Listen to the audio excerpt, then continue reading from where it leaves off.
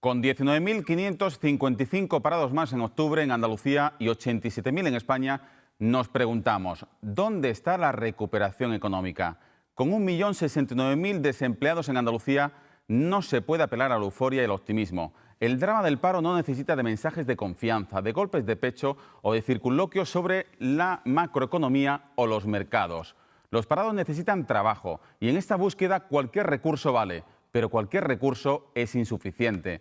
Seguro que el plan de empleo de la Junta de Andalucía para 2014, recogido en los presupuestos andaluces, es insuficiente, pero cuenta. Ahora el turno es para el Gobierno central, más allá de las disputas entre administraciones públicas. ¿Por qué Canarias y Extremadura sí y Andalucía no? Urge respuesta de la ministra de Empleo. Para más INRI, la andaluza Fátima Báñez. De todo ello y más cuestiones hablamos en unos instantes con la consejera de Hacienda y Administración Pública de la Junta de Andalucía. Con María Jesús Montero, naturalmente con todos ustedes y por Andalucía, vamos esta noche y siempre a por todas.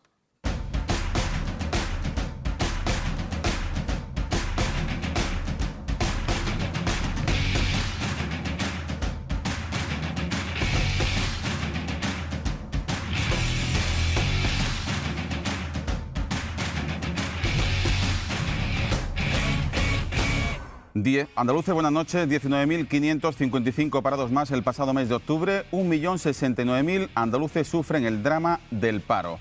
Malos datos del desempleo, solo aliviados porque la cifra interanual indica que bajó en los últimos 12 meses en 18.237 personas. Los sindicatos y la Junta niegan la recuperación económica que anticipa el Gobierno central. El Partido Popular, por su parte, considera que la culpable del paro elevado es la Junta, que, por cierto, reitera o exige un plan de empleo del Gobierno para Andalucía. Al mismo tiempo, Hacienda espera que el Gobierno suavice el próximo año, y así se lo van a pedir al ministro Montoro, el objetivo de déficit para las comunidades en 3 décimas, hasta el 1,3%, lo que les daría un margen de 420 millones de euros aproximadamente más en 2014. Y el ministro Wert tuvo que rectificar. No le cabía otra después del chaparrón de críticas por suspender la mayor parte de las becas Erasmus. Los rectores denunciaron la insensibilidad del ministerio. Los estudiantes clamaron al cielo e incluso el propio Partido Popular andaluz, que entiende las razones del Gobierno, invitaba al Ministerio a reconsiderar esta decisión con el curso empezado. E incluso la Junta había racionado con una partida de 15 millones de euros al dejar el Gobierno solo estas ayudas a 2.500 de los 8.000 andaluces que iban al extranjero a estudiar. Y también en clave económica social, Cajasur se ve obligado a retirar las cláusulas suelo a 20.000 familias después de una sentencia de un juzgado de lo mercantil. Esta entidad, absorbida ya por la BBK, dejará de ingresar 6 millones de euros al mes. A vueltas con las supuestas irregularidades y facturas falsas de la Unión General de Trabajadores, la Junta de Andalucía da un paso más al no recibir la documentación requerida al sindicato y ordena una revisión de oficio de todas las ayudas públicas concedidas a la UGT. Revisión que podría incluso acabar en expediente sancionador. A todo esto, la dirección andaluza sigue sin entonar el mea culpa y ahora, ante el escándalo de dimisión en bloque de la dirección de UGT en Cádiz por la imputación y detención del secretario general en el caso de los ERES, ve el vaso medio lleno al cumplir los estatutos y crear una gestora. España y el Reino Unido han pactado una declaración sobre Gibraltar en la ONU, un documento que recupera el clima de consenso y que supone una buena noticia para poder normalizar la situación de los miles de andaluces del campo de Gibraltar que están sufriendo este conflicto. De todos estos asuntos debatiremos a partir de las 11 de la noche con Sara Armesto, con Ángela Cañal, con José Luis Gómez y con Juan Méndez. Pero hasta las 11 de la noche tenemos la oportunidad de entrevistar a la consejera de Hacienda y Administración Pública de la Junta de Andalucía, María Jesús Montero. Buenas noches. Hola, muy buenas noches. Y muchísimas gracias por acompañarnos aquí en el plató de A por Todas, en 8 Andalucía. A vosotros por invitarme. Bueno, antes que nada, ¿se siente ya bien encajada en el traje de consejera de Hacienda o sigue viéndose en los hospitales? Sí, yo creo que uno no tiene más remedio cuando en un tiempo récord hay que elaborar un presupuesto complicado para la comunidad autónoma y hay que intentar dar respuesta a problemas que no pueden esperar a que uno se acostumbre o no a estar en un determinado sitio. ¿Pero le sorprendió cuando le llamó la presidenta o no? Sí, bueno, yo creo que siempre cuando te llaman para ocupar una responsabilidad que a priori ni siquiera se te ha pasado por la cabeza, pues yo creo que tiene uno que encajarlo y mi disponibilidad absoluta, sí se lo comuniqué, si ella creía que podía hacer un buen servicio desde esta nueva posición, pues aquí estoy para hacerlo. Buena parte de las preguntas que le vamos a plantear esta noche, evidentemente, van a pivotar en torno al presupuesto de la Junta de Andalucía para 2014, pero permítame preguntarle por los datos del paro que hemos conocido hoy, 19.555 parados más. la recuperación económica no ha llegado, ¿no? No, yo creo que esto de que se nos presenten los presupuestos generales del Estado desde un optimismo que parece que se echan campanas al vuelo en la situación de recuperación económica, no deberíamos de hablar ni siquiera éticamente de recuperación hasta que no se produzcan en meses sucesivos crecimiento neto de empleo y por otra parte hasta que eso no se perciba por parte de la familia, porque si no parece que los políticos vivimos en otro mundo, en otra esfera. El Partido Popular dice que la culpa de este paro elevado es de la Junta de Andalucía exclusivamente. No sé si usted tiene que decir algo al respecto. Sí, el gran culpable siempre para el Partido Popular en Andalucía de los males que ocurren en esta tierra es el Gobierno de la Junta, de las cosas buenas que nos ocurren es el Gobierno de España. Bueno, yo creo que es un mal dato, que para las familias que están sufriendo el drama del desempleo no les aporta ningún tipo de esperanza, pero sí quiero decirle que durante este año hemos tenido en nuestra comunidad autónoma crecimiento de empleo y por tanto hay que verlo en ese contexto, desde esa prudencia. Los meses de octubre son meses malos, meses que por una parte terminan algunos de los trabajos estacionales del verano y por otra parte hay estudiantes que se incorporan también a las listas del desempleo. Por tanto hay que verlo desde esa perspectiva, pero espero que terminemos el año con descenso del desempleo en nuestra comunidad autónoma. En los presupuestos de 2014 ustedes ponen especial acento en los planes de empleo, concretamente en uno al que van a destinar 200 millones de euros. Contábamos en el arranque del programa que no será seguramente insuficiente, lo va a ser, pero siempre cuenta. ¿Para cuándo el Gobierno central ese plan de empleo que ya tiene en Canarias y Extremadura? Pues yo creo que es una exigencia que es lógica plantear que una comunidad como la andaluza, que soporta una de las tasas de desempleo más altas de España, no hay ninguna razón objetiva por la que no podamos beneficiarnos de un plan de empleo que se sume a la aportación que ya hace la Junta de Andalucía, en la que si usted mira las cifras del presupuesto, yo diría que todo el color del presupuesto está atravesado por el impulso al empleo, por la búsqueda de oportunidades y, por tanto, yo espero que el ministro Montoro y que la ministra Bañez sean sensibles a esta petición. Es de justicia que Andalucía pueda tener las mismas oportunidades que otras comunidades autónomas y, por tanto, que podamos tener pronto un anuncio, digamos que una intervención del ministro diciendo que sí, que se suma a nuestro optimista, plan. Bueno, hoy no estoy especialmente optimista porque acabo de ver la noticia de que parece que el ministro Montoro ha anunciado que va a negociar con Extremadura la primera partida de su deuda histórica, para nosotros nuestra disposición adicional tercera de nuestro Estatuto de Autonomía. Los ciudadanos tienen que recordar que cargo a esto se nos debe a nuestra comunidad 2.200 millones de euros, que el 2014 era el último año en donde contaba esta disposición y claro, pues no parece muy halagador, ¿no?, que el Gobierno esté gestionando con Extremadura el primer pago o el segundo pago de esta cantidad que se le adeuda. Por cierto, que desconocíamos, ¿no? Que desconocíamos, que no se había hecho público en ningún momento, que incluso el Gobierno de Extremadura había puesto en su presupuesto 200 millones de euros cargo a esta disposición adicional y que Andalucía no ha puesto ninguno porque no ha tenido contestación ni siquiera de lo que tenemos reconocido por escrito y bueno, pues parece que se confirma el que hay un maltrato a nuestra comunidad autónoma. Una disposición, por cierto, adicional tercera que ha ninguneado sistemáticamente el Gobierno central cada vez que se le ha preguntado por los 2.200 millones, que hay que recordar a la audiencia que es el dinero que el Gobierno ha dejado de invertir o ha dejado de presupuestar en reconocimiento a nuestro peso poblacional. Correcto, y es lo mismo que ha ocurrido en Extremadura. Lo que pasa es que Extremadura sí que ha tenido un plan especial de empleo y ha tenido ahora, parece, que las primeras conversaciones para hacer frente al primer pago de esa deuda histórica o de esa disposición adicional y lo ha fundamentado el ministro en base a las altas tasas de paro y al porcentaje del PIB per cápita menor que en otras comunidades autónomas, dos de los requisitos que exactamente cumplimos en Andalucía y que por tanto no se explican el por qué nosotros no tenemos el mismo derecho que los extremeños y que otras comunidades autónomas a poder tener iguales oportunidades ante el futuro. Supongo que trasladará usted su malestar al ministro Montoro, ¿no? Sí, sí, y yo creo que haremos el requerimiento incluso por escrito, porque la comisión bilateral se ha solicitado en varias ocasiones, hemos tenido la callada por respuesta, incluso hemos tenido que ir a los tribunales para solicitar el que se pueda por lo menos empezar a hablar de cómo se iban a hacer efectivas esas cantidades. Pues yo creo que la audiencia entiende que caiga como un jarro de agua fría, que mientras que nosotros utilizamos los cauces institucionales se estén produciendo conversaciones por la puerta de atrás y algunas comunidades estén recibiendo una mejor financiación de la que se nos otorga a nosotros. Bueno, quizás ocurrirá como con el ministro Wert, será también sensible, ¿no? El ministro Montoro y cambiará, como ha cambiado hoy de opinión el ministro Wert, ¿no? Y recurrirá a la ironía, ¿no?, con las becas Erasmus, ¿no? Sí, eso espero, ¿no? Por eso Antes decía que espero que el ministro sea sensible y que seamos capaces de inyectar a nuestra comunidad autónoma una cantidad de dinero que nos permita impulsar la búsqueda de empleo, porque esas cifras que usted acaba de comentar tienen detrás hombres y mujeres que están buscando una esperanza y que evidentemente no solamente a base de anuncios políticos se pueden calmar, sino que tienen que verlo en el día a día y tenemos que hacerlo efectivo. Con 2.200 millones de euros de inversión en Andalucía, ¿qué se podría palpar de inmediato? Uy, yo no quiero ni imaginármelo, ¿no? 2.200 millones de euros de inversión es una cantidad que duplicaría el recorte de gasto que hemos tenido que hacer solo para este año, y poner en marcha un plan de empleo que pudiera movilizar solo por parte de la comunidad autónoma 1.000 millones de euros, pues eso sería, pues, digamos que una conquista que no tendría precedente, y animo al ministro a que, si no son los 2.200, que entiendo que en un solo ejercicio sería difícil, al menos que anticipe la cuantía proporcional que le va a ser a Extremadura. No queremos ser más, tampoco queremos ser menos. ¿Hay buen feeling con el ministro o no? En el, digamos, terreno personal, normalmente las disputas políticas no están presentes. Quiero decir que una cuestión distinta es cómo uno se pueda llevar personalmente con un ministro, pero cuando se está desarrollando el cargo para el que los ciudadanos te han elegido, tienen que estar presentes los intereses de Andalucía.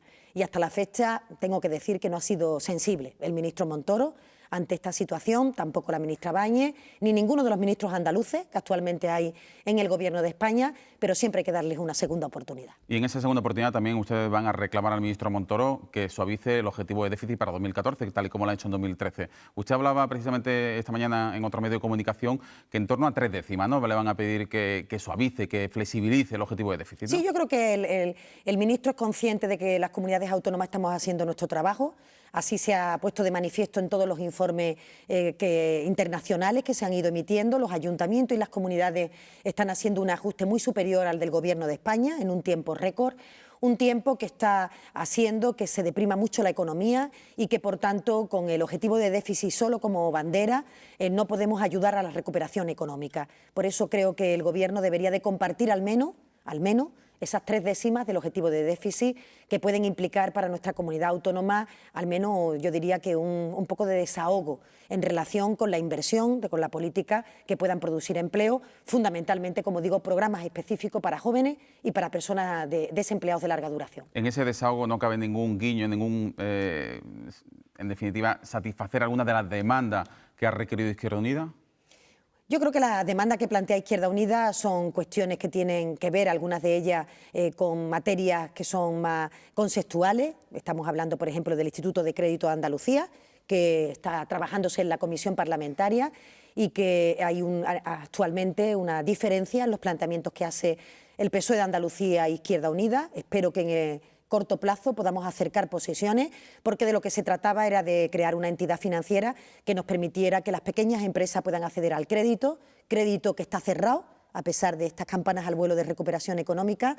Las familias no les llega, a las pequeñas empresas tampoco, y por tanto esa era la vocación que tenía ese instituto de crédito, que no es compartida en este momento con Izquierda Unida, que quiere desarrollar pues una banca más general, dirigida a todo tipo de sectores, y ahí tendremos que ponernos de acuerdo. Pero las cuestiones que Izquierda Unida quiere avanzar son las mismas que quiere avanzar el Gobierno de Andalucía y que el PSOE, que es la reconquista de los derechos que los ciudadanos a lo largo de este tiempo se han ido quedando en el camino, fundamentalmente la recuperación de las condiciones salariales de los empleados públicos y de otras personas a las que se le ha aplicado la reforma laboral de una manera muy imperiosa, y por otra parte pues tener la oportunidad de seguir avanzando en derechos sociales, fundamentalmente en la dependencia, que hasta ahora el Gobierno andaluz la ha llevado a pulmón. ¿Cómo van a llegar a un acuerdo, por ejemplo, en la subida de impuestos que reclama Izquierda Unida a las grandes superficies, cuando ustedes tajantemente, tanto la presidenta como usted, han dicho que no es el momento de nuevas tasas, nuevos impuestos? No, además es un debate que considero que no hay que intentar trasladar confusión a la ciudadanía.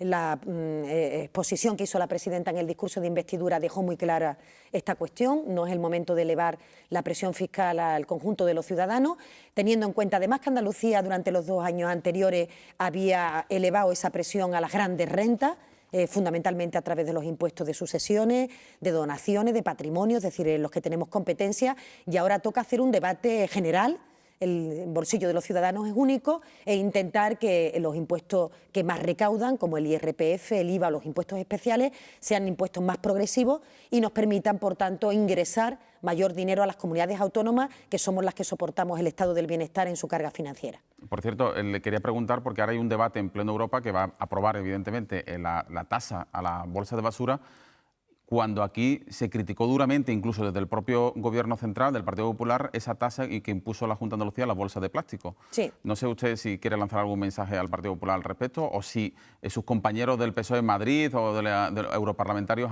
le han comentado algo al respecto. Bueno, yo creo que es una expresión más de que el Gobierno andaluz anticipa algunas de las medidas. En este caso era una medida ecológica que permitiera pues no hacer tanto estrago al medio ambiente a partir de una conducta que los ciudadanos y las ciudadanas se han ido acostumbrando, sobre todo las mujeres, que son las que mayoritariamente acuden todavía a la compra. Y creo que nos ha permitido, por una parte, una recaudación que no es muy elevada, pero que nos ayuda a seguir manteniendo nuestras políticas más importantes, pero sobre todo ha contribuido a que el medio ambiente no esté tan degradado, aunque sea simplemente un granito de arena con la bolsa que cada uno se ahorra, llevándosela de su casa o reciclando la que ya utilizó. 200 bolsas utiliza en término medio al año un europeo. Bueno, ¿cuánto le ha costado a usted hacer un presupuesto con 1.200 millones de euros menos? ¿Ha sido muy difícil? Sí, sí. Ha sido un presupuesto muy difícil, muy trabajado. Yo creo que es un presupuesto muy coherente en todas sus dimensiones, es decir, que no hay ninguna partida que pueda tener realmente un margen que permita poder traspasarse a otra. Es un presupuesto en esto muy redondo, muy cuadrado. Y ha sido un presupuesto difícil fundamentalmente porque teníamos que quitar del gasto 1.200 millones de euros menos, que venían impuestos, como usted recordará, del Gobierno de España, 400 millones aproximadamente de menores transferencias o de menor participación en fondos y otros 800 millones por el objetivo de déficit, y esto nos ha obligado a hacer muchas cuentas y nos ha obligado a que, teniendo como pilar fundamental el impulso al empleo y el blindaje de las políticas sociales, pues ir explorando márgenes en otras partidas, algunas de ellas con reducciones importantes, pues que nos permitieran al final que la crisis no se lleve por delante, ni con privatizaciones, ni con ninguna otra medida que no tenga vuelta atrás, pues todas las conquistas, insisto, que los ciudadanos con tanto trabajo hemos hecho, pero fundamentalmente la clase trabajadora. ¿Pero estos presupuestos de resistencia abocan a Andalucía a un año perdido en la recuperación económica o no? Yo creo que es un presupuesto que, por lo que dicen los analistas internacionales, es un presupuesto que a lo largo de su ejecución va a empezar a experimentar ligero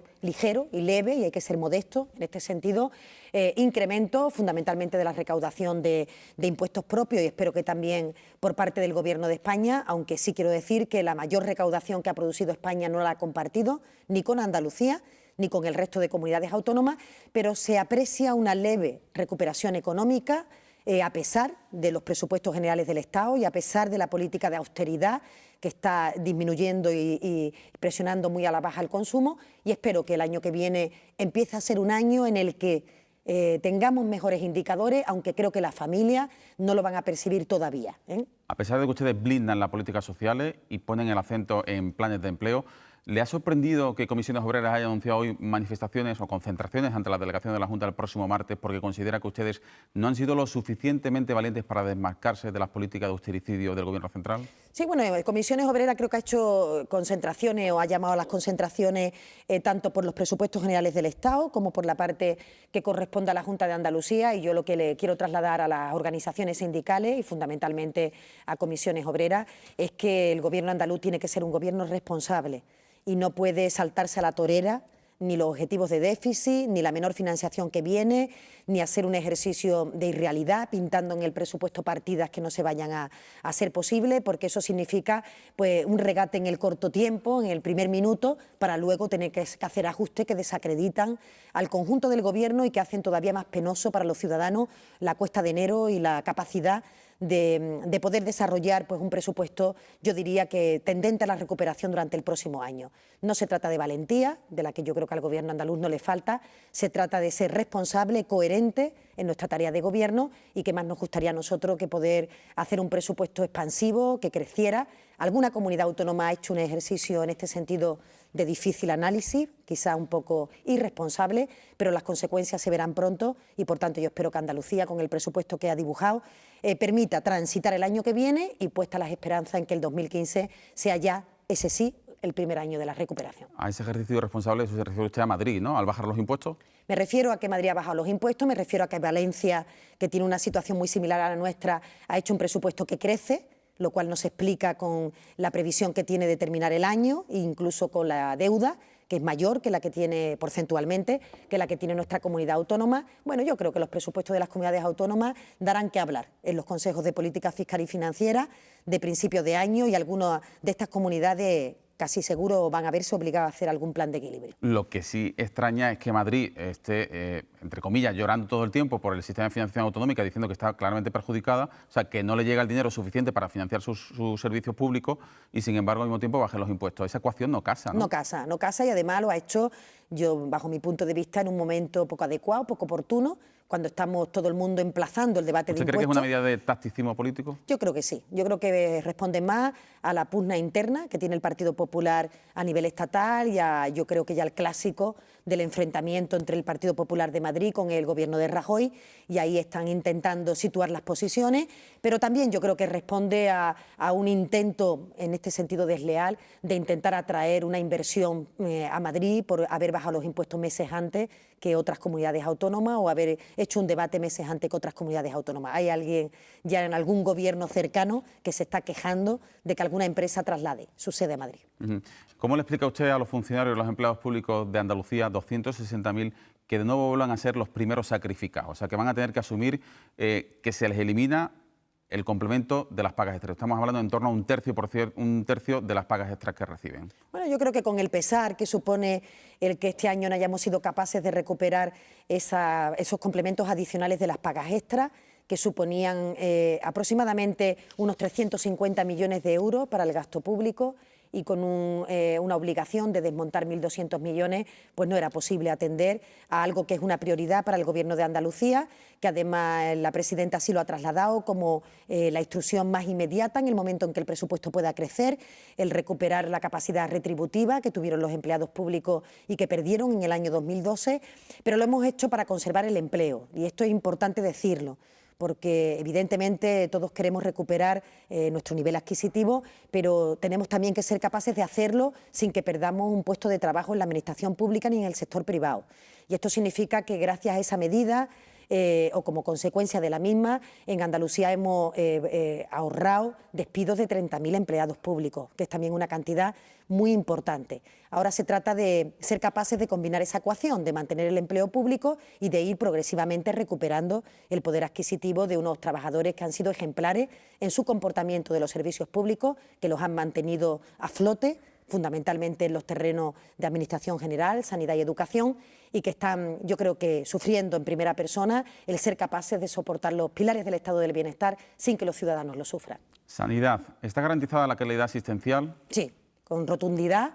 ¿No habrá copago hospitalario, copago, repago, como queramos llamarlo? Es una de las consejerías que menos baja del conjunto del presupuesto, está especialmente protegida, una consejería que tiene bajo su paraguas la política sanitaria y la política de dependencia, ambas muy importantes para que los ciudadanos seamos iguales ante la vulnerabilidad, enfermedad o situación de discapacidad, y es un presupuesto que está en dependencia congelado, es decir, que no habrá incorporación de nuevos dependientes, ¿o sí? Tendremos que ir progresivamente incorporando dependientes de una manera gradual, pero hasta que el Gobierno de España no reponga el porcentaje de financiación, que era el 50%, lo ha bajado al 25%, que venía aportando, tenemos que compensar lo que deja de poner el Gobierno de España. Por tanto, todavía estamos saldando las cuentas de otros que dejaron de pagar, como ocurrió con el decreto que retiró una parte de la financiación. Y en materia sanitaria no habrá copago, no habrá privatizaciones, los pensionistas tendrán que seguir sin anticipar sus medicinas y, en definitiva, no vamos a hacer como otros que van a desmantelar, a propósito de la crisis, uno de los sistemas sanitarios mejores del mundo y, por tanto, que da mayor igualdad a todos los ciudadanos. Educación. ¿Va a ser posible recuperar los interinos que dejaron de estar en el sistema el año pasado? Sobre todo, ¿la tasa de reposición van a declararse ustedes insumisos ante la tasa del Gobierno central o no? ¿O es una norma de obligado cumplimiento? Yo creo que es una norma de obligado cumplimiento y nosotros la vamos a aplicar cuando se convoque oferta de empleo pública, que es la que da, digamos, que la plaza en propiedad a las personas que actualmente están en el sistema educativo, sistema sanitario o en la Administración General. Tenemos previsto el año que viene que se celebre alguna de estas ofertas públicas de empleo. Ahí se aplicará, porque es de obligado cumplimiento, el 10% de la tasa de reposición en servicios básicos, 0% en empleados públicos, pero sí que vamos a mantener la ratio. Por tanto, los interinos que actualmente se han incorporado a las escuelas, tengan en cuenta que han crecido en 800 el número de profesores que se incorporaron con motivo del inicio del curso escolar y, por tanto, mantendremos la ratio, que ya es una magnífica noticia, visto que la tasa de reposición obligaría a que personas que salieran del sistema educativo no tendrían cabida, entrada, los interinos que los sustituyeran. Bueno, con María Jesús Montero, la consejera de Hacienda y Administración Pública, volvemos en tan solo 4 minutos de publicidad y ya tenemos preparada la siguiente pregunta para que se la vaya pensando, aunque yo creo que seguramente sabrá respondernos de inmediato. ¿Por qué la Junta no provincializa las inversiones en estos presupuestos de 2014, como tampoco lo hizo en 2013 y en 2012? Aquí, en 3 minutos, perdón, en 4, aquí, en A por Todas, en 8 Andalucía.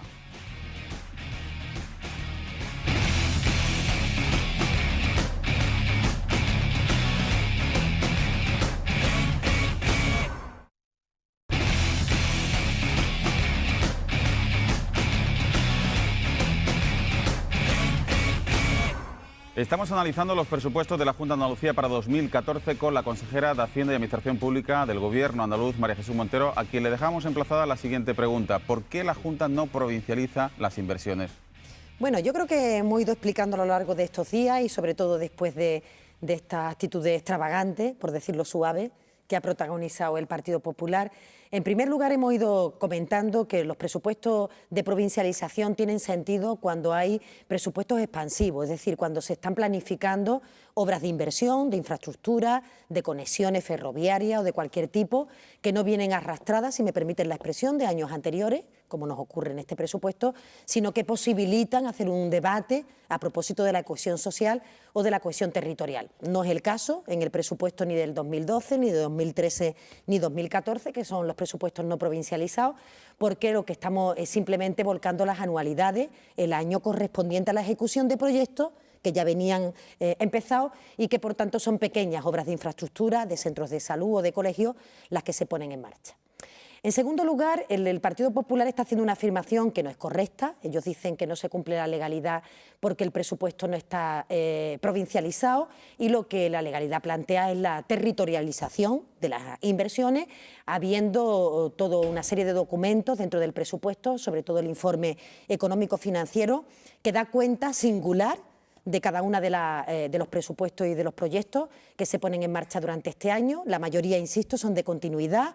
Alguno nuevo, como el Metro de Málaga, la nueva licitación del Metro de Málaga en la parte de soterramiento que se acordó con el Ayuntamiento, y hay una relación de proyectos vinculados a sanidad, educación, incluso a la obra pública, a fomento, las autovías que actualmente existen, como la de Almanzora y la de Olivar, que se está construyendo en este momento, y digamos que la territorialización que permite el presupuesto está reflejada en los diferentes documentos, aunque ellos hacen especial hincapié en el presupuesto, en el documento de gastos de inversión, exigiendo que haya un código acompañando a cada uno de los proyectos que se refiera a una provincia. No obstante, yo me gustaría decir a propósito de este debate, yo creo que este es un debate que distrae del sentido de debate de un presupuesto. Estamos hablando de una partida que no llegan al 10% del total del gasto de la Junta de Andalucía y que creo que en este momento se merecen los ciudadanos hacer un debate a propósito de si el presupuesto da respuesta a las necesidades de empleo, al blindaje de las políticas públicas, a la capacidad de recuperación de sectores tradicionales, en definitiva, a materias que cohabitan en el día a día de nuestra cotidianidad y que, por tanto, parece que esto es una maniobra de distracción para no hablar de lo importante y para no aportar mejora a un presupuesto que seguro que puede sufrir alguna modificación durante su trámite. Usted habla de maniobra de distracción, por tanto, prácticamente me responde a la siguiente pregunta, pero le pido que sea un poco más explícita porque el PP pide amparo al Tribunal Constitucional porque los presupuestos no estén provincializados. ¿Usted cree que tiene razón el Partido Popular al protestar o estamos ante una sobreactuación? Yo creo que estamos ante una sobreactuación y ayer hablé, ¿no?, de que me parecía que se habían ido produciendo una serie de secuencias no propia del Partido Popular, o por lo menos de un partido democrático. Empezamos con la filtración del Consejo Consultivo, continuamos después con el escrache a la presidenta de la Junta de Andalucía, en el día de ayer una pataleta para que no se celebrara la Comisión de la Hacienda Pública, que empezaba la tramitación de los presupuestos, y la pregunta es, ¿y qué conduce todo esto? Es decir, ¿esto realmente es algo que tiene que ver con el día a día de los ciudadanos, o los ciudadanos después de estas cuestiones nos ven todavía más alejados de sus vidas y nos ven como personas que nos dedicamos a pelearnos y que no tenemos capacidad ni siquiera de debatir? Yo creo que esto responde a esa estrategia de intentar diferenciar a los ciudadanos de la vida política, que no participen y que nos metan a todos en el mismo paquete para que de esa manera ellos puedan salir menos perjudicados. Pero ¿no es un poco fuerte, como usted ha dicho esta mañana, que estamos ante un Partido Popular antisistema con estos episodios? Sí, estos episodios han sido siempre mucho más propios de grupos políticos que se mueven fuera del arco parlamentario, pero que no conozco ni en un ayuntamiento ni en una comunidad autónoma que se hayan producido incidentes de este tipo para impedir la celebración de una sesión que va a debatir a propósito de un presupuesto que ellos tienen la posibilidad de mejorar. Si son capaces de convencer con las enmiendas que presenten, seguro que el PSOE e Izquierda Unida las podrá tener en cuenta. Pero impedir el debate y, por tanto, hacerlo desde una perspectiva, si me permiten la expresión, algo histriónica, pues creo que lo único que hace es que los ciudadanos nos ponen el piloto automático y no les interesa nada de lo que hablamos en una sede tan importante como es la de la soberanía popular. Consejera, se incorporan a esta entrevista los 4 analistas que nos van a acompañar esta noche. Ángela Cañal, buenas noches. ¿Qué tal? Buenas noches. Bienvenido, José Luis Gómez. Buenas noches. Igualmente saludamos, Juan Méndez, ¿qué tal? Buenas noches, Sara Fernando. Ernesto, buenas noches. Buenas noches. Bueno, pues la consejera es toda vuestra. Pues, consejera, le leo unas declaraciones, vamos, no son de hoy, son de hace unos días, de la consejera precisamente de Hacienda de la Comunidad de Castilla y León, explicando que allí tampoco van a provincializar los presupuestos, en concreto el 65% de la inversión prevista no se provincializa, con el argumento de que esa provincialización no ayuda a hacer comunidad y ellos prefieren hacer una visión de conjunto. Entonces, ¿cuál es ¿qué mensaje lanza esto al PP, que está dispuesto a llegar incluso al Tribunal Constitucional en efectivamente un ejercicio de un poquito de sobreactuación? Sí, yo creo que el Partido Popular, y sinceramente lo pienso, había puesto todas sus esperanzas en que el Gobierno andaluz no cerrara un presupuesto. Creo que el Partido Popular era muy consciente de la dificultad de elaborar estas cuentas públicas. Un ajuste de 1.200 millones de euros para un gobierno progresista es difícil cuando ya venimos de etapas de recorte en periodos anteriores que hemos intentado paliar de la mejor manera posible, y sinceramente pienso que ellos estaban confiados en que el Gobierno no presentara un presupuesto, hubiera que prorrogar el actual y convocar elecciones inmediatamente, como siempre, intentando la oportunidad que perdieron en su momento. Entonces, no les importa contradecirse con las actuaciones que están haciendo en otras comunidades autónomas, ni siquiera, pues, bajo mi punto de vista, pues, protagonizar un esperpento de intentar incluso recurrir al Tribunal Constitucional, porque entienden que no pueden hacer su tarea de oposición. La pregunta es, ¿realmente todas las cuestiones que se especifican en el informe económico-financiero, en la presentación del presupuesto, no permite al Partido Popular hacer hincapié en cómo tiene que desarrollarse la política para el próximo año? Cuando el presupuesto en inversión cae un 13%, ¿piensa el Partido Popular que el mantenimiento identificado por los ciudadanos de las inversiones actualmente presentes no ha costado trabajo encajarlo en el presupuesto? ¿O lo que quiere el Partido Popular es ir por un rosario de incumplimiento por las provincias de Andalucía para decir que el Gobierno andaluz no cumple? Que se aclare qué es lo que quiere exactamente hacer, porque la función de oposición no solamente la pueden hacer, sino que ellos mismos se la están obstaculizando.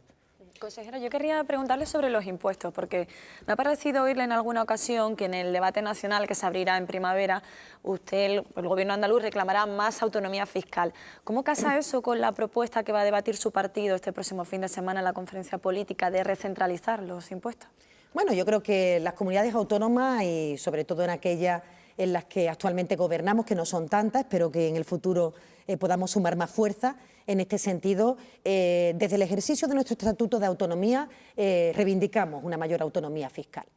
Esto no significa que no haya una preocupación en el seno del PSOE a propósito de que se pueda estar produciendo un debate desleal sobre bajadas o subidas de impuestos que puedan poner en peligro los servicios públicos, que es un poco, digamos, que la columna vertebral de este argumento. Si hay una comunidad autónoma que puede tener competencia para bajar los impuestos y eso peligra el estado del bienestar o incluso sujeta a privatizaciones aquellos servicios públicos que tradicionalmente se han hecho desde la esfera de lo público, pues claro, hay que plantearse si efectivamente no hay una capacidad limitadora a esa posibilidad de subir o de bajar impuestos. O dicho de otra manera, no estarían planteando esto si hubiera una garantía incluso constitucional del blindaje de las políticas públicas y, por tanto, que nada pueda estar sujeto a lo electoralista de bajar impuestos en un momento determinado si no hay suficientes ingresos que garanticen la suficiencia de los servicios públicos. Creo que ese es el debate, es un debate complejo, pero es un debate que nos tiene que hacer equilibrar ese mantenimiento con otra parte, una aspiración lógica de las comunidades, fundamentalmente que llevamos años de autonomía, que es tener mayor corresponsabilidad también en la gestión de nuestros impuestos. Pero entonces, ¿cómo ve usted esa propuesta que se va a debatir este fin de semana? Yo creo que esa propuesta se modulará en el sentido de que de lo que se trata es de que las bajadas de impuestos no limiten o de alguna manera condicionen para el futuro y sin retorno el estado del bienestar que actualmente está en peligro en aquellas comunidades que no han hecho una apuesta por él. Creo que en ese sentido se modulará y, por tanto, no se trata tanto de la capacidad de subir impuestos, se trata sobre todo de que la disminución de ingresos a las comunidades no permitan la financiación de los servicios públicos e incluso algunos se planteen la posibilidad de recentralizarlo, de devolverlo al Gobierno de España como si esto se pudiera devolver, que es una competencia que no es devolvible, si me permiten esa expresión. Consejera, volviendo al debate de los presupuestos, parece que en su gestión el Tribunal Constitucional va a estar siempre presente, ya lo estuvo en su departamento, en el Departamento de Salud cuando lo gestionaba. Pero yo le quería preguntar, a mí me llama mucho la atención esta semana el hecho de que el Partido Popular haya contestado los presupuestos andaluces diciendo, haciendo afirmaciones como que las partidas de empleo se rebajaban un 2,87 cuando hemos visto que suben, o según ustedes suben un 2,8, relatando una serie de rebajas, de posibilidades de rebaja en los entes instrumentales para compensar los 1.200 millones de euros. Y he visto que no ha habido una respuesta por parte del Gobierno de si esas afirmaciones son falsas, dejar al que las ha dicho por embustero ante la ciudadanía, ¿no? Yo creo que el que nadie le haya contestado diciendo, mire usted, lo que usted está diciendo es falso porque si todos los entes instrumentales no suman 1.200 millones, por ejemplo, ¿no? Que lo dijo el otro día el señor Carlos Roja, que él hacía una cuenta rapidísima y se permitió el lujo de enumerar eso. Digamos que la mentira, si no se responde, queda, y la ciudadanía pues un poco asiste perpleja a un debate de números, de cifras, que uno dice una, otro dice otra, pero ninguno de los dos, o mejor dicho, el que sabe las cifras, que es el Gobierno, lógicamente, no contesta a las otras, ¿no? ¿Por qué esa parálisis, digamos, en el Gobierno a la hora de contestar? Bueno, yo creo que contestamos y yo creo que hay muchos miembros del Gobierno, entre las que me incluyo, que estamos permanentemente intentando trasladar mayor claridad a lo que se plantea de engañosas cifras o de intentar hacer construcciones que no se mantienen después con la coherencia por parte del Partido Popular. Es verdad que las mentiras, digamos que cuando no se sabe siquiera cómo el otro la construye, no se puede técnicamente desmontar de manera fácil, ¿no? Cuando nosotros decimos que la política de empleo crece, porque así lo hace, un 2,8%, lo que estamos diciendo es que todos los programas que ayudan a la incentivación de empleo, sea formación profesional, planes de choque, programas en relación con las empresas para que ayude a la contratación, esos programas suben un 2,8%. Y estos son matemáticas, es decir, las matemáticas no tienen mucha capacidad de discutirlas. Uno puede entrar en el debate técnico que metes en un programa o que dejas de meter. Pero a mí me parece un debate que aleja muchísimo a los ciudadanos de la política. O sea, yo creo que podremos entrar o no en si es suficiente 200 millones para un plan de choque, si necesitamos que los ayuntamientos se sumen, que el Gobierno de España se sumen.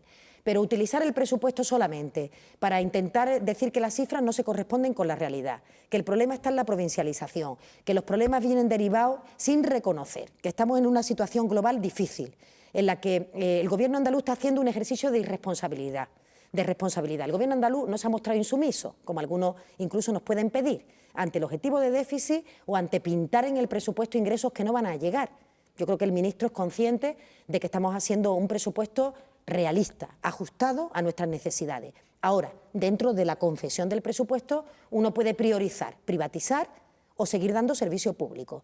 Puede privatizar, poner más en valor determinadas ayudas a determinados sectores o intentar atacar al desempleo en los sectores jóvenes. Y de eso es de lo que yo creo que los ciudadanos esperan que discutamos, no de si las cifras bailan o son una o son otras. Y todavía estoy esperando una propuesta del Partido Popular y le tengo que decir que estoy abierta a que haya propuestas. ¿Usted cree que el anuncio del recurso ante el Tribunal Constitucional va a ser efectivo y en el caso de que fuera efectivo ese recurso, paralizaría, como pretende el Partido Popular, la tramitación parlamentaria del presupuesto? Sí, yo estoy convencida de que no. Y por tanto, si nos preguntamos por qué hace esto el Partido Popular, pues para meter ruido a la vida política y para intentar de alguna manera distraer la atención. Yo creo que esto es lo más importante y es lo que no debemos de permitir. Creo que estos días los ciudadanos se merecen hablar sobre si realmente las cuentas de Andalucía responden a sus necesidades y en qué medida. Y somos modestos, nos gustaría haber hecho un presupuesto expansivo, que hubiera más dinero para la creación de empleo, que pudiéramos recuperar las condiciones salariales de los empleados públicos, que tuviéramos capacidad de abordar nuevos derechos que actualmente no se pueden incorporar al presupuesto. Yo creo que todo eso es lo que el Gobierno aspira y que quiere recuperar en el menor plazo de tiempo posible. Pero no, estamos hablando en un debate que estoy convencido de que a la mayoría de las personas que nos escuchan es que lo que le interesa realmente es si el año que viene van a encontrar trabajo o no, y si las cuentas públicas le van a permitir eso, o si van a haber copagos en los hospitales, o si los niños van a tener becas o no van a tener becas después de los recortes que ha producido el Gobierno de España. Y sin embargo de eso no hablamos, estamos hablando todo el tiempo pues de algunos clásicos que acompañan a los presupuestos, pero que le puedo asegurar, por lo que me dice la gente en la calle, que no tiene nada que ver con la sensibilidad de la gente. Ahí ha habido desde un principio, incluso desde la propia... el momento anterior a la tramitación parlamentaria, una excesiva teatralización, como la consejera está planteando, la filtración del Consejo Consultivo, la presentación por parte de Izquierda Unida de unos presupuestos con un descenso de un 4,3 cuando realmente el proyecto lleva un 3,5. Esta excesiva teatralización, desde mi punto de vista, nos va a sustraer a un debate en sede parlamentaria sobre aspectos básicos, sobre aspectos de fondo que a la ciudadanía realmente le interesa, porque al final no dejan de dar la razón a la ciudadanía a la hora de apreciar los políticos, bueno, pues que siguen en su lucha, siguen en sus peleas, pero no se habla de los temas de fondo, de los temas que realmente preocupan. ¿Va a existir ese debate en sede parlamentaria? ¿Hay margen para que con las propuestas de los distintos grupos parlamentarios se modifiquen algunas partidas de importancia en el presupuesto? Sí, yo diría en primer lugar que efectivamente creo que esto lo que provoca es un alejamiento de los ciudadanos. Yo creo que la gente ni yo misma entiendo, porque en vez de hablar de cuestiones realmente que tienen que ver con la vida de la familia, estamos en un debate que parece más hecho para el discurso que para los problemas cotidianos. Y yo creo que en el Parlamento se tiene que producir el debate. Es decir, no tendría ninguna lógica que el lugar donde se radica la soberanía popular no hubiera un debate en las comisiones. Yo no pude hacerlo en el día de ayer, pero mañana compareceré y espero que me planteen alguna iniciativa o alguna propuesta. Esta tarde lo han hecho las comisiones de Igualdad, de Educación y de Presidencia, mañana continúan. Bueno, estos debates, aunque a los ciudadanos les pueda parecer que se desarrollan en términos simplemente de confrontación, yo cuando he tenido que presidirlo, a mí me sirven lo que me dice la oposición y lo que me dicen los compañeros de mi grupo o los compañeros de Izquierda Unida. A mí me sirve. Y por tanto se toma nota, si no para el inmediato, para más tarde, ¿no? ¿El debate va a estar así configurado? Todo apunta a que no. Pero yo no voy a perder la esperanza de hacer un debate sereno, un debate serio, un debate que hable de la gente, de sus problemas, de sus aspiraciones, de sus realidades, de lo que pretenden conseguir. Y por otra parte, por supuesto, se pueden hacer las modificaciones que permitan mejorar el presupuesto. Es verdad que las cuentas están muy ajustadas y que no caben grandes partidas cambiadas de sitio, porque eso dejaría algunas de nuestras prioridades al descubierto. Pero para esto está el debate, para que los diputados hagan propuestas y podamos estudiarlas, debatirlas y, si son buenas, incorporarlas. Pero usted misma ha dicho que a la gente le interesa saber si van a encontrar empleo el año que viene. Ni la propia Junta de Andalucía ha hecho una previsión de empleo para el año que viene. ¿No se está trasladando un mensaje de frustración o de mayor preocupación? Parece que la Junta o no puede o no quiere hacer más. No, yo creo que los planes concretos que contienen el presupuesto sí se han cuantificado, el número de empleos que puede plantear, el nuevo plan de choque que se quiere concertar con los agentes sociales lleva aparejado en torno a 11.000 nuevos empleos. ¿Es una cifra suficiente? En absoluto. Yo creo que esto tenemos que ser extraordinariamente modestos y humildes. No se puede estar planteando los presupuestos como si fueran la solución a la crisis económica. Es un instrumento que ayuda a recuperarnos, pero no es la solución. Y por tanto, creo que en este sentido las cifras cotidianamente nos van a ir proporcionando, espero que así sea, datos de mayor esperanza para los ciudadanos. Pero la creación de empleo no se hace solo a través de los presupuestos de la Junta de Andalucía. El empleo fundamentalmente se genera en el sector privado y hay más de 1.400 millones de fondos reembolsables dirigidos a las empresas, fundamentalmente pequeñas y medianas empresas que permitan la contratación. Y eso hay que seguirlo en el día a día. No se trata de presentar un presupuesto y nos olvidamos del desempleo y ya está. No, todo lo contrario. Estos son instrumentos que hay que amasar, que hay que ir cultivando y regando todos los días y, por tanto, con toda la prudencia, porque lo peor es crear falsas expectativas, yo espero que el año que viene sea un año mejor en términos de empleo, pero hasta que superemos la tasa de desempleo que actualmente tiene la comunidad, el Gobierno tiene que estar concentrado en la tarea, haciendo su actividad e intentando no prometer aquello que no pueda cumplir. Por cierto, he escuchado hoy en varios medios de comunicación la campaña que han empezado contra el fraude fiscal. ¿Somos los andaluces muy incumplidores o qué persiguen ustedes con esta campaña? Somos, yo creo que medianamente incumplidores, como el resto del Estado. En la lucha contra el fraude fiscal tenemos una importante fuente de ingresos que se tienen que incorporar a nuestra economía. En Andalucía, planes que solamente han tenido un periodo de vigencia de un año han permitido incorporar recursos nuevos a nuestro sistema de financiación, a nuestras cuentas públicas. Se calcula que en España hay en economía sumergida o en fraude fiscal en torno a 60.000 millones de euros. Estamos hablando de una cifra muy importante, incluso algunos analistas la ponen en cantidades aún superiores. Si fuéramos capaces de trasladar una conciencia empresarial, ciudadana y colectiva de tolerancia cero ante el fraude fiscal, probablemente pudiéramos tener mayor capacidad de que los servicios públicos se sostuvieran y no tuviéramos que hacer recortes tan importantes en los gastos. Por eso es la campaña, para concienciar a los ciudadanos, para que todos nos sintamos responsables de que cualquier gasto que no se declara o cualquier impuesto que se elude no solamente está perjudicándole a uno, sino que perjudica al conjunto de los ciudadanos que tenemos que recibir esos servicios públicos. No sé si le meto en un entuerto, pero sí me gustaría que me respondiese. Después de la sentencia del juzgado de lo mercantil que ha obligado a Cajasur a devolver, o sea, a retirar las cláusulas suelo a 20.000 cordobeses o clientes, y que le van a suponer evidentemente desde la factura, o sea, desde la nómina del mes de noviembre, no tener que pagar por un interés que no está en el mercado. ¿Usted, como consejera de Hacienda, como ciudadana, anima, conmina al resto de entidades que operen en Andalucía a que retiren esas cláusulas suelo? Completamente. Esta mañana escuchábamos el dato que podía suponer aproximadamente 150 euros en la mensualidad de la hipoteca de una familia media, euros que son necesarios para esa familia, pero sobre todo euros que se están cobrando aparentemente en fraude de ley, ¿no? O sea, no se puede exprimir más a la familia y hacerlo además desde entidades bancarias que en este momento las cuentas de resultados que estamos conociendo casi que nos escandalizan, que están teniendo importantes beneficios y que no puede ser a costa de los ciudadanos. Así que yo claro que animo a todas las entidades a que no solamente retiren las cláusulas suelo y que hagan todo lo posible por reconvertir y acomodar los contratos a la legislación actualmente vigente, sino que también participen de las políticas que está emprendiendo la Junta de Andalucía, fundamentalmente en la lucha contra los desahucios, que también son una parte muy importante, y que no se les retire a la familia la vivienda cuando no pueden pagar la hipoteca y se llegue a acuerdos que permitan hacerlo en plazos asumibles por la familia. Esto es voluntad colectiva, todos tenemos que arrimar el hombro, y creo que las entidades financieras estaría muy bien para su imagen que 2 o 3 gestos de este tipo los ciudadanos pudiéramos percibir como que nosotros les hemos ayudado porque el rescate lo hemos pagado entre todos, pero que ellos también arriman el hombro en momentos de dificultad.